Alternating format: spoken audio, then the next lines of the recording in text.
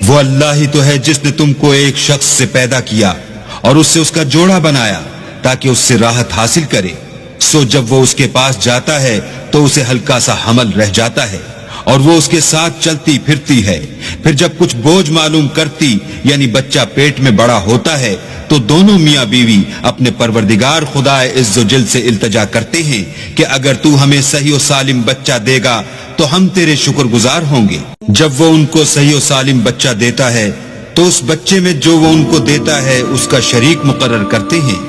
جو وہ شرک کرتے ہیں اللہ کا رتبہ اس سے بلند ہے۔ کیا وہ ایسوں کو شریک بناتے ہیں جو کچھ بھی پیدا نہیں کر سکتے اور خود پیدا کیے جاتے ہیں، اور نہ ان کی مدد کی طاقت رکھتے ہیں اور نہ اپنی ہی مدد کر سکتے ہیں۔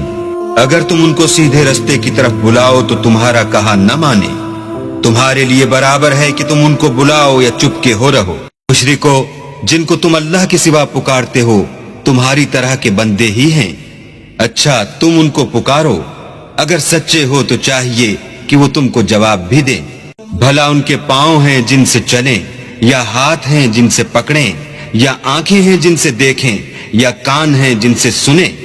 کہہ دو کہ اپنے شریکوں کو بلا لو اور میرے بارے میں جو تدبیر کرنی ہو کر لو، اور مجھے کچھ مہلت بھی نہ دو، پھر دیکھو کہ وہ میرا کیا کر سکتے ہیں۔ میرا مددگار تو اللہ ہی ہے جس نے کتاب برحق نازل کی، اور نیک لوگوں کا وہی دوست دار ہے۔ اور جن کو تم اللہ کے سوا پکارتے ہو وہ نہ تمہاری ہی مدد کی طاقت رکھتے ہیں اور نہ خود اپنی ہی مدد کر سکتے ہیں، اور اگر تم ان کو سیدھے رستے کی طرف بلاؤ تو سن نہ سکیں، اور تم انہیں دیکھتے ہو کہ بظاہر آنکھیں کھولے تمہاری طرف دیکھ رہے ہیں مگر فی الواقع کچھ نہیں دیکھتے۔ اے محمد صلی اللہ علیہ وآلہ وسلم،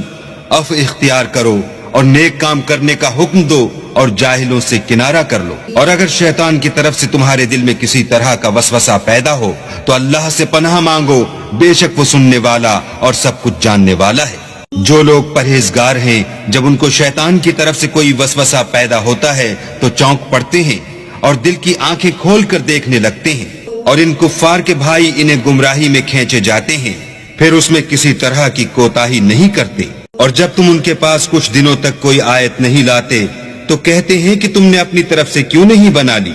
کہہ دو کہ میں تو اسی حکم کی پیروی کرتا ہوں جو میرے پروردگار کی طرف سے میرے پاس آتا ہے۔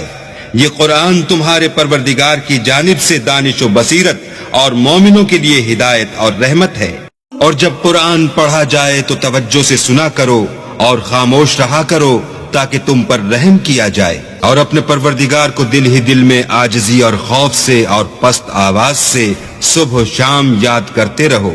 اور دیکھنا غافل نہ ہونا۔ جو لوگ تمہارے پروردگار کے پاس ہیں وہ اس کی عبادت سے گردن کشی نہیں کرتے اور اس پاک ذات کو یاد کرتے اور اس کے آگے سجدے کرتے رہتے ہیں۔